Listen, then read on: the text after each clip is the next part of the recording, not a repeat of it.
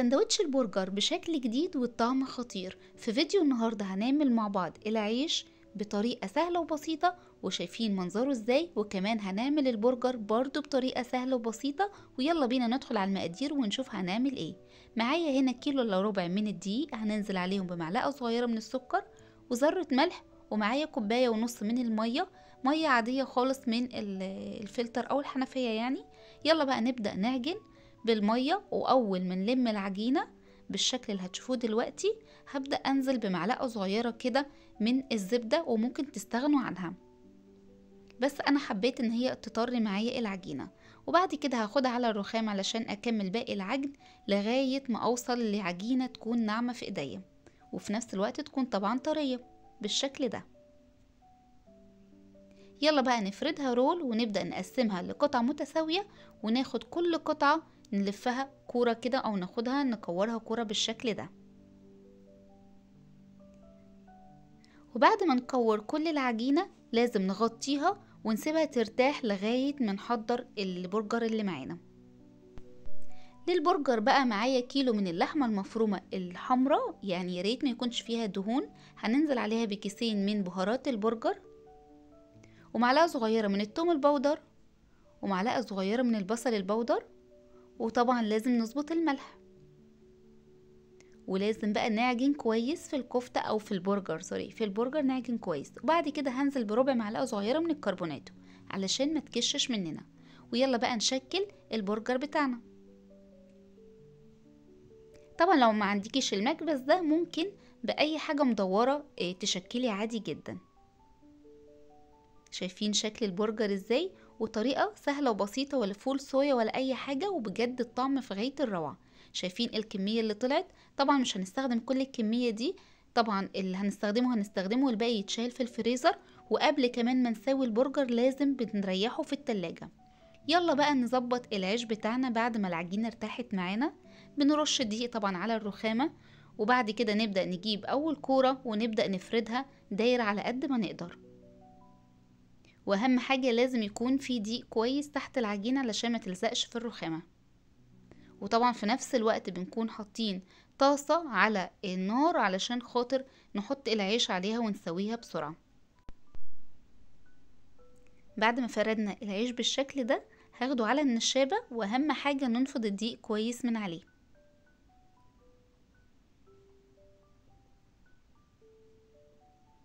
بعد كده هاخدها على الطاسة ونفردها كويس. واول ما تاخد لون بالشكل ده نبدأ نقلبها على الناحية التانية. وبكده الرغيف بقى معانا جاهز، ولازم لما نطلعها او نرفعها من على النار لازم نغطيها. وبكده يبقى العيش كله جاهز معانا. وشايفين الكمية اللي طلعت من الكيلو الا ربع، وشايفين الرغيف مهما تطبقيه بيرجع تاني وما بيتقطعش مننا. لعمل صوص جامد جدا للبرجر بحط 3 معالق كبار من الكاتشب، معلقتين كبار او 3 برضو على حسب ما انتوا بتحبوا، مايونيز، ومعلقة كده من المستردة. ونقلب الكلام ده كله مع بعض.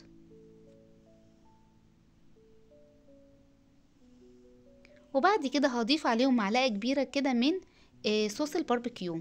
عايزة اقول لكم ان الصوص ده بجد جامد جدا في سندوتشات البرجر. وطبعا شوفوا انتوا ايه الصوص اللي انتوا بتحبوه، ممكن تزودوه ممكن تقللوه على حسب ما انتوا بتحبوا واعملوه. بعد كده طاسة على النار هننزل فيها بقطعة من الزبدة او زيت، وبعد كده ننزل بالبرجر. وبعد كده احنا وبنسويه لازم نضغط عليه بالشكل ده، ولما يبدأ ياخد لون بالشكل ده نبدأ نقلبه على الناحية التانية. بعد كده هنزل على قطع البرجر بقطع من التشيز برجر.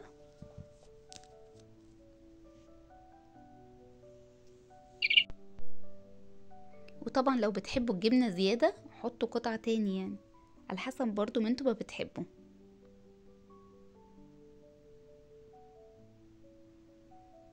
ويلا بقى بينا نحضر السندوتش بتاعنا. بنجيب الرغيف او العيش اللي عملناه مع بعض وننزل بالصوص اللي برضو حضرناه. ولزوم السندوتش بقى نحط خس، وبعد كده هحط قطع طماطم وبصل، وممكن ننزل تاني بشوية صوص. وبعد كده نجيب البرجر اللي استوى معانا وننزل كده في نص الرغيف ونقفل، ونبدأ نلم كده الرغيف بالشكل ده.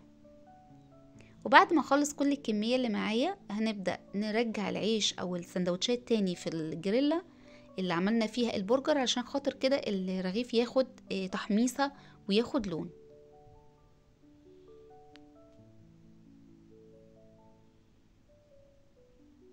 اول ما يبدأ ياخد لون ببدأ اقلبه على الناحية التانية.